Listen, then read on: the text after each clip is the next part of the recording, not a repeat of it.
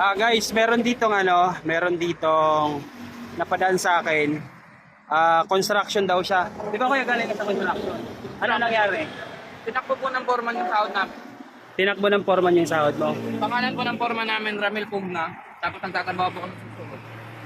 So galing ka pa ngayon sa Sorsogon? Naglalakad po ako alas 4 ng umaga ng madaling araw until now. Pang ilang araw na naglalakad ka? 2 araw na po. 2 araw. Tapos So anong kumpanya yung ano? CSR company po. CSR sa Sorsogon. Opo. Tapos Yung ano po, yung opisina, okay. Tapos ilang araw, ilang weeks or ilang months yung sahod na tinakbo sa inyo? isang kinsenas po. Isang quincenas. Lahat kayo, ilang kayong empleyado? 13.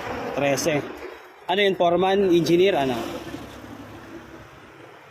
Foreman to. Foreman sa CSR. Okay.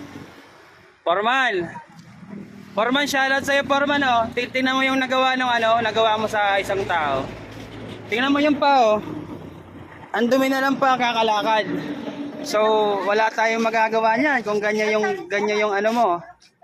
So, sa lahat ng dadaanan, lalakad pa siya papunta doon. Papunta doon, guys. Saan ka pa, kuya, pauwi? Pampanga po. Oh. Papunta pa siya ng Pampanga.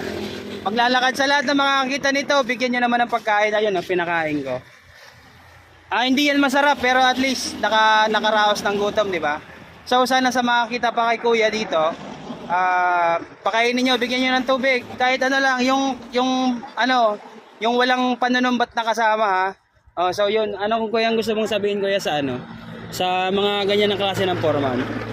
Sana naman maging sa inyo kapag nagtatrabaho ng malayo, dapat titingnan niyo muna yung ng attitude ng foreman niyo. Hindi ko kasi alam kung bakit ganito eh. Dati naman po kasi nagbibigay naman, pero ngayon talaga hindi ko na kung bakit tinakbo yung sahod namin. Okay, sige. Sige kuya, ingat ka kuya. Pasensya na. Gab, ano daw, Dulce? Tawin Dulce. Bibigyan pa natin ng candy para kuha na ko yung candy. Sige na, kuha ka. Yung kaya mong kunin. Sige, okay na. Lalakad na ako. Sige kuya, ingat ka. Tingnan nyo guys, sa mga foreman dyan. Pambira kayo mga foreman. Sa gustong gumaya doon sa foreman, mabuhay kayo hanggat gusto nyo. Sige.